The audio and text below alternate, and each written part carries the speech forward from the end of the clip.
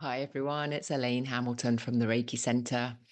Following on from the conversation last week, I wanted to chat a little bit more about the differences between Jikiden and Takata lineage, or so-called Western Reiki, because as I was researching a little bit, I was kind of alarmed actually at some of the misinformation out there that seems to be coming from the Jikiden people. And so I just thought I would do a little video for those of you who are looking at Reiki from a beginner's perspective, maybe, or just trying to figure out like what are all the differences going on. Because I do understand that Reiki has really become a very broad topic. And I talk about this a lot because I am aligned with the Jikiden people in terms of there is Reiki and there is a stream of Reiki that has been passed down to us that is very simple. And I talk about this all the time. And then there is a broader perspective.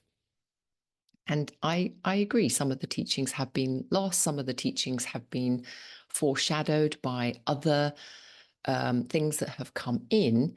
And I talk about this all the time. And I am constantly kind of reminding people of what the essence and foundation of Reiki is and what the add-ons are. So the add-ons are you take it or leave it, right? You choose your Reiki teacher based on what you are looking for. I think one of the things that has kind of annoyed me really as I've been looking at the Jikiden websites that are talking about the difference between Jikiden and Western Reiki is that they're, again, blanket stroking Western Reiki very inaccurately. And I don't like that. Don't shove me in with the others and don't shove other teachers that have maintained the simplicity of Reiki, and don't put us all under the same branded label just because we come from the Takata lineage. So essentially, the difference between Jikiden and so-called Western Reiki is the lineage. So you had Mikao Usui, who is generally seen as the founder of Reiki, even though there is now new evidence that this might not even be true. So let's just keep everything loose, guys. I mean, that foundation guy might not even be real. But that's not for this video. So let's assume Mikao Usui is the founder of this methodology that we now call Reiki. But Reiki is simply a Japanese word. It means spiritual energy, universal life force. So it's kind of just energy healing. And we have started to know that as Reiki, as the general umbrella. And so Mikao Usui trained about 20, 21 teachers himself. And one of those teachers was a gentleman called Chijiro Hayashi. Now, Hayashi is the father, if you like, of both Jikiden and so-called Western or Takata Reiki. So he was the guy that trained both of these. He trained Hawayo Takata and he trained the Jikiden head as well. So from there, you get the split. So the Jikiden has stayed in Japan. And so that's why I think they call themselves authentic Reiki. But I have, honestly, no. It's a big no from me. Just because you stayed in a country doesn't make you more authentic than a lineage that stepped out of your country. No, it's just a big fat no for me. Anyway, that's just me getting all like, I beg your pardon. Oh, excuse me. So anyway, Takata brought Reiki out of Japan. Thank you, thank you. And she started teaching in Hawaii. And she had a lot of input from Hayashi as she was setting up her training. And it is true that several things started to change in the way that she treated and trained Western teachers. And personally, I think a lot of them was for the better. But of course, I would say that because I am in that lineage. So I have a certain bias towards that lineage.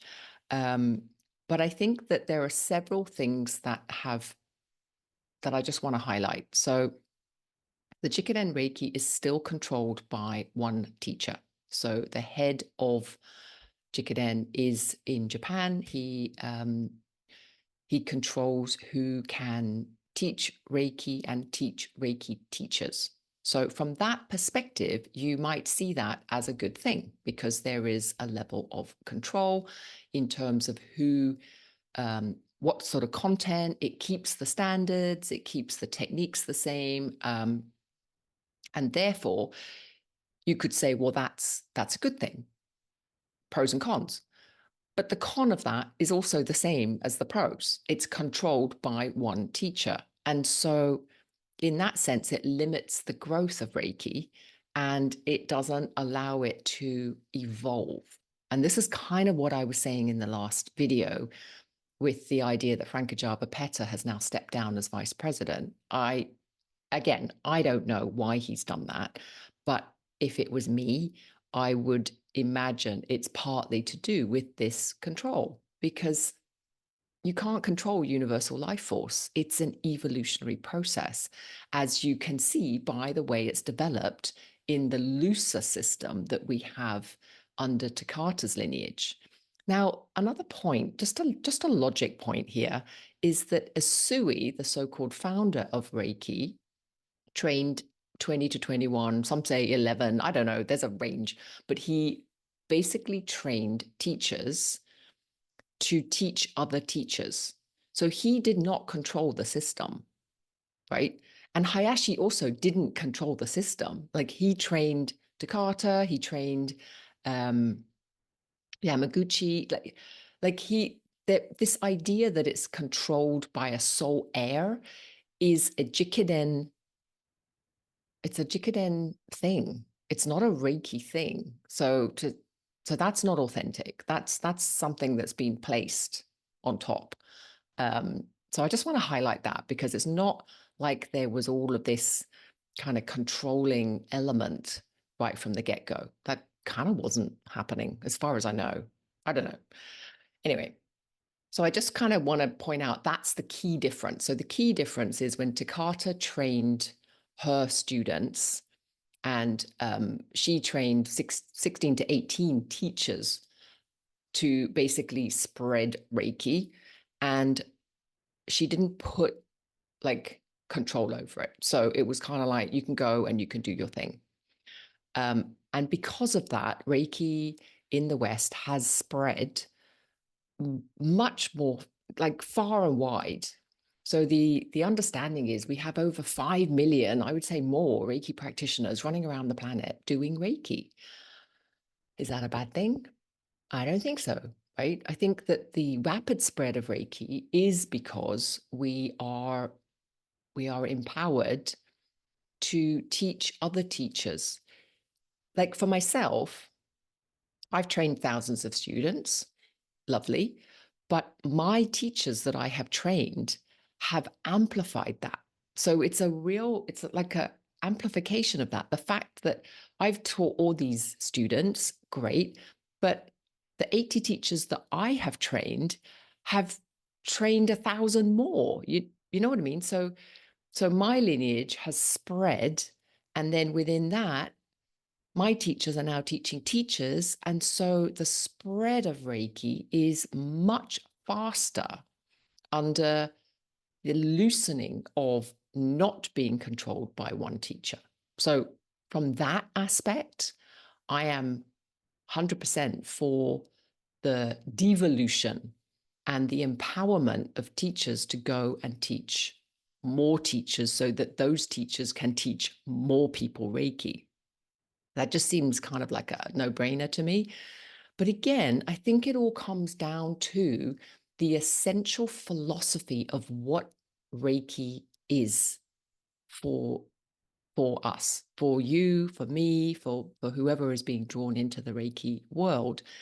And as I've said many times, it's simply an expression for universal life force. So it's how the universal life force wants to express through us as a human being for my own healing, for my own balance, for my own well-being, for my own alignment into the life flow, my life force aligned into the greater universal life force. Now, one of the things that has really disturbed me as I've been researching is that Jikiden people seem to think that Western Reiki has lost that core component. And I have to say, that's absolute nonsense. It's absolute nonsense. There are many, many Reiki, so-called Western Reiki masters that have absolutely not lost contact with the original Asui philosophy. And that philosophy is that Reiki is universal life force. It comes through or activates through our hands, and it flows into ourselves. We can do self-healing and we can help others to balance their energies.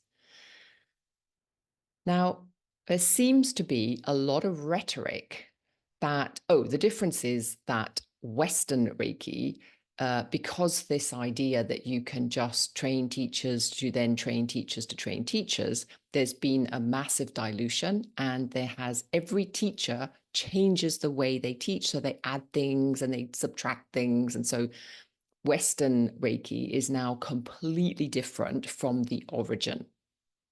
I have to say, I have seen that. I've seen that. I talk to people sometimes, they talk about Reiki. I have no idea what they're talking about. I'm like, you what? And it's true. There's a lot of Reiki out there, so-called Reiki, that is like, oh, you have to contact your Reiki spirit guides and you have to use pendulums and you have to I don't know what, shaman Reiki, crystal Reiki, freaking Kundalini Reiki. There's a lot. And here's the thing, I'm not dismissing any of that, but I'm just saying that the origins of Reiki is so much simpler than that. And then people have added their bells and whistles. Okay, that's fine.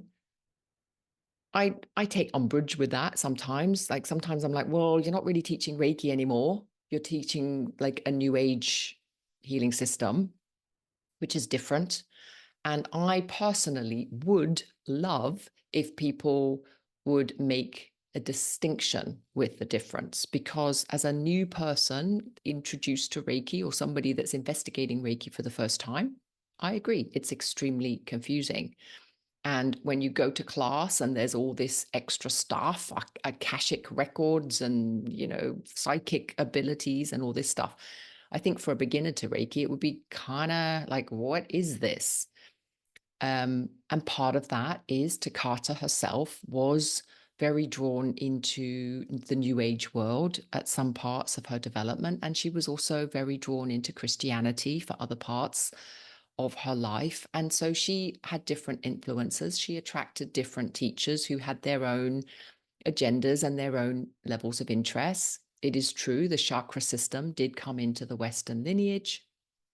And so there were changes that were made. I'm not saying there wasn't, but I'm just, I guess, pointing out that some of those changes are not necessarily straying from the path of the original philosophy, which is that Reiki is a self-healing modality to get us more aligned with our universal life force, right? That's the basic thing. And I haven't seen the Jikiden people say anything different.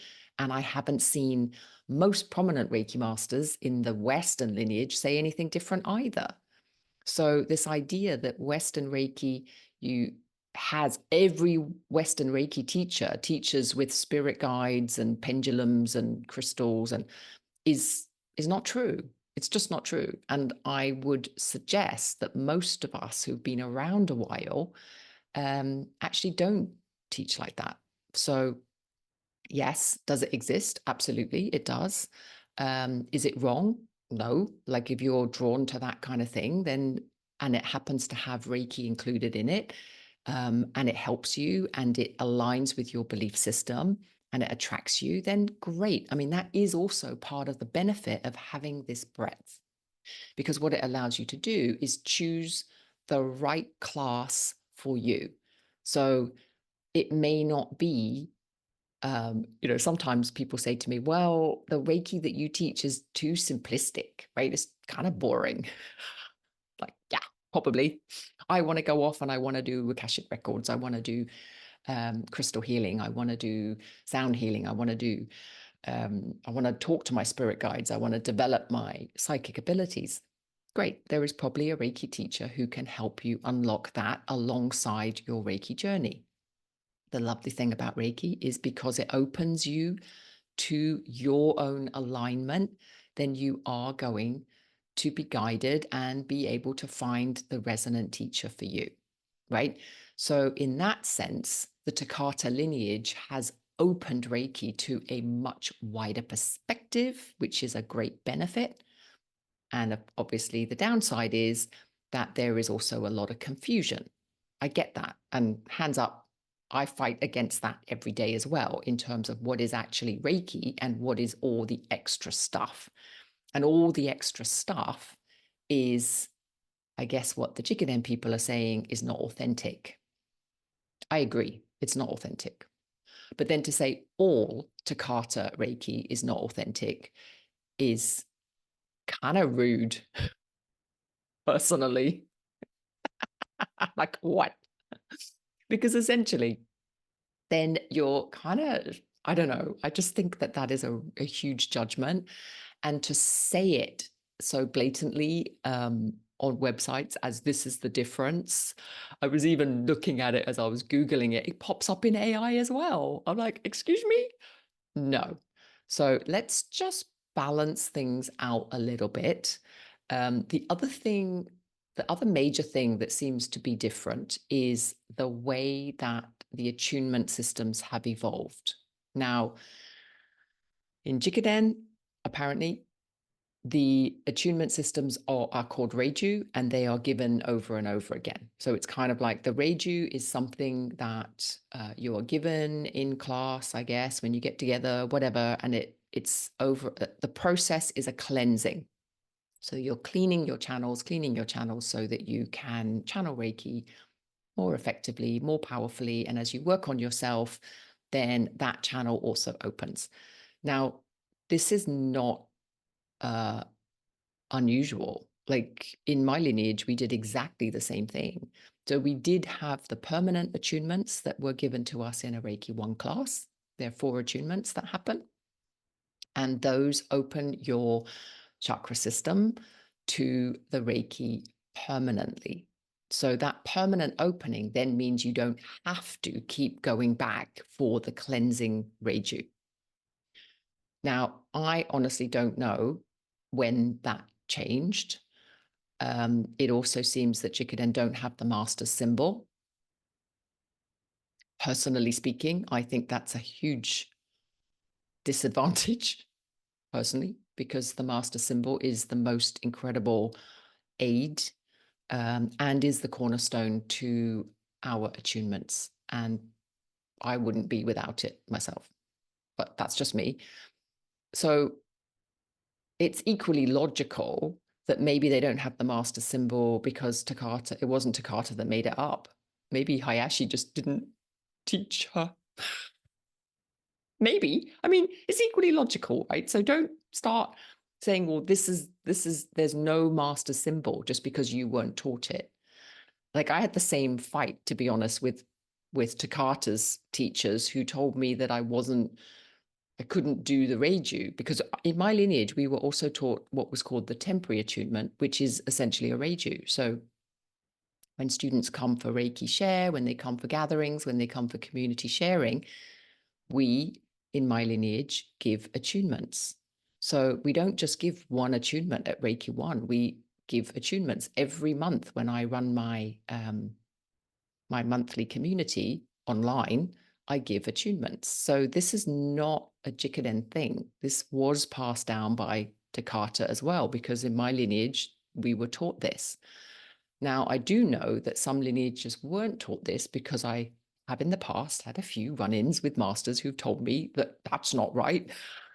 Now, of course, I see, oh, well, Jikiden's doing it too. So clearly some of us got that information and some of us didn't. It's equally possible that some of us were given the master symbol and some of us weren't. So just because it's not in your lineage doesn't mean it's not authentic. And I think that's really important to clarify what we're talking about here. And so I'm just kind of throwing in things because I'm a bit unhappy, I have to say, with the way that the Western lineage is being portrayed. It's not like that for all of us. And for many of us who have been teaching Reiki for longer than Jikiden has existed, might add, it's a bit kind of judgmental. And it's also a bit arrogant, I think, to just blanket essentially a system that's been around longer in that sense. So a bit like, yeah, just not happy with that. So I'm just kind of, yeah, I don't know, getting on my high horse. That's what I'm doing. Oh dear. So yeah. So I think it's important to understand what it is that you are looking for in your Reiki practice. And it is not a simple matter of, do I want authentic Reiki or do I want bells and whistles with spirit guides Reiki? Because there are loads of Reiki teachers under the Takata lineage that do not do the bells and whistles either. I was looking at some of the variations of Jikiden versus Western, written by Jikiden teachers, obviously, that paint Western Reiki as almost new age woo-woo, like, I don't know, like you need to gather the forces in order for Reiki to activate. You need to call in symbols. You need to activate it in a certain ritual. You need to do this. You need to do that. I don't know where they're getting their information from because that is just not true. Maybe and again, I've come across this. There is certain practices of Reiki that I agree have really gone very far from, certainly from what I was taught. I don't know. And I feel that my lineage is pretty close. I mean, this is the other thing, is that they're kind of saying, well, our lineage is closer to a Sui because it didn't leave Japan and it's a very short lineage. So because it's controlled by the one teacher, and that one teacher is, I think, only 4 removed from a Sui, or 4 or 5 removed from a Sui. So the teachers are kind of all held in a static distance. Whereas Takata's lineage, obviously, I train teachers, those teachers train teachers, those teachers train teachers. But they're kind of saying, oh, the Western lineage is 15 steps away. Well, no, I'm 5 steps away. So I'm like, no, that's not true either. I'm not that old. So there's lots of us out there that are kind of in a similar ranking, if you like, or a similar distance. So the information hasn't been that diluted. The essence of Reiki, the foundational principles of Reiki that many of us teach in the Takata lineage have maintained the purity. Now, I'm not saying purity as a better thing, okay? I'm just saying that my teachers and myself, we teach Reiki fairly plain and simple, right? And if my teachers do add extra things, I encourage that. Like, follow your own truth, follow what seems to resonate with you, because that's how you're going to attract your people, right? So there is a different Reiki style and there's a different content that is available for people, which personally I think is a good thing. However, what is Reiki and what is the add-ons, I would hope is made clear during class, right? So what you have been taught by your teacher as the Reiki curriculum, and then what is you've added because of your own interests, your own curiosities, your own resonance, then add that on and say it. Now, I've been saying this for decades, right? Make it clear what's Reiki, what's not Reiki. And essentially, for those of you who are wondering yourself, what is Reiki and what is not Reiki, it's simply the quality of the energy. And the quality of the energy is derived from the universal life force. So it's neutral, it's natural, it's the universal life force that is flowing around us, within us, is us. And Reiki is simply a way of balancing those and creating a harmony. So it's a harmonic. Now, when you start adding other things, that might help, right? Personally speaking, if Takata did add the chakra system, which I suspect she did, that was a great help to me. So I'm not offended by that, because understanding the underlying system of energy before you get to the mental, the emotional, the physical is extremely useful, personally speaking. So essentially, adding another system of understanding is not necessarily a bad thing, right? And understanding that, because essentially you're helping yourself to understand how to best work with the energy to gain self-understanding, self-awareness, self-alignment. And I don't think that in that respect, the two systems are particularly different. And I think that that's important, right?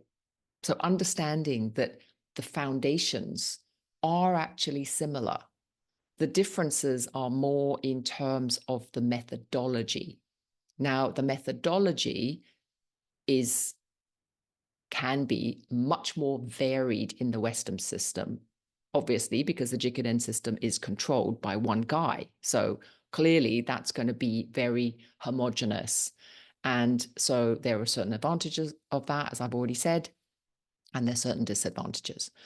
But to claim that therefore it makes it more authentic, I do take umbrage with, because universal life force is foundationally authentic. Even if you're connecting with whatever you're connecting with or using crystals or whatever, the underlying foundation of creating more harmony and balance within your system so that you can see your own inner truth of who you are and your own being. And that is unaltered by what other things you're using. I do agree in terms of the Western systems do have a tendency to look outwards for adjustments and help. And, you know, if you're communicating with your Reiki spirit guides, whoever they might be, you are kind of disempowering yourself. Like, that's not self-empowerment. If you are relying on crystals for your healing, that's not self-empowerment either. If you're relying on symbols, these are tools. These are all tools, and they can be very helpful at different parts of our journey, just like medication, just like surgery, just like acupuncture, just like any of these systems can be very helpful to help us unlock or unblock or fix certain things in our physical, mental, emotional bodies that have become dysregulated, right? But that's the same in any system of healing. But underlying that, Reiki is essentially about coming back into your own wholeness, your own happiness, your own alignment with the greater universal flow. And as a human being, if I'm in flow with the greater universe, I am in balance and I am in harmony, right? And that's the ultimate aim of this. And as long as that's what you're getting from your Reiki course, and you understand that any external help, which includes the symbols and includes anything else your Reiki teacher is adding to that, that invites you to look outwards for help, that is not Reiki, right? That is not the essence of Reiki. That's something else. And what I'm saying is that doesn't necessarily make it wrong at all. It's an aid for you, but you don't need to follow it, right? You don't need to follow it. It's just that's the extra bells and whistles that your class has provided you. The essence of Reiki is an inward journey, and it's an inward self discovery, right? And from that, from everything I've read about Jikiden, that we are aligned in. Like that seems to be the main focus that they have, and that's the main focus I have, and that's the main focus many Takata trained teachers have as well. So from that viewpoint, it is the same. It's very similar. It's the tools, the methods maybe of getting the attunements are different. Some of the content is clearly different. The way they teach their healing system is different. Very minor. I mean, the only thing that Takata did was add the body positions, which again, I feel is very helpful, because if you are not particularly sensitive to energy, which many of us are not when we first start our Reiki journey, it's very useful and frankly cleaner to rely on certain positions. 5-minute bell goes, you change your hands, 5-minute bells, you change your hands. It's very, very simple. It makes everything so easy, and it means that you can pack it out the box. You're going with it. You don't have to spend hours in meditation. You don't have to spend hours trying to develop your intuitive sense through your hands. And let's face it, some of us don't. Like some of us are not that sensitive, and that shouldn't mean that we can't practice Reiki. So again, if that's a Takata addition, I applaud her for it. And I think that that was a very good addition, because again, it helped to spread Reiki to everybody. Anybody can practice Reiki because of this foundational treatment of the body positions that she included. If it was her, or if it was her and Hayashi that decided this, who knows? And I feel that this was another good addition to the practice, because it allowed Reiki to spread much faster, much further, much more easily than if people had had to practice and practice and practice until they could feel their Reiki for themselves. And a lot more people would be dropping out, I imagine. I don't know. Right. So I think that's about my wrap up for that. I think that there is a lot more similarities to these Reiki systems than people realize. And I think in general, when you're looking for a Reiki teacher, I wouldn't necessarily go with what lineage it is necessarily, but more in terms of the content and the teacher.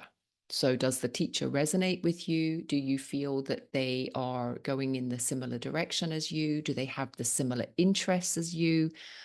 And that's the beauty of Reiki, is that there is a huge range of different styles. And so choose the style that suits you, and maybe try a few different styles, see which one resonates better. And also don't be afraid to shift your styles as you grow. Like you might start off with one system of Reiki, and then as you grow, you might drop that and go into another system, and just keep fluid, keep harmonizing, keep balancing, keep going with your own internal flow. As I've said many, many times before, don't get stuck in a system even when it feels uncomfortable. If it starts to feel uncomfortable, shift, right? Move, do something that feels more resonant. Be willing to let go of whatever system you find yourself in if it no longer serves you, right? So you are your own river. You're your own river, and you're navigating this life the way you should be navigating your life. That's it from me for now. Take care of yourselves. Bye-bye.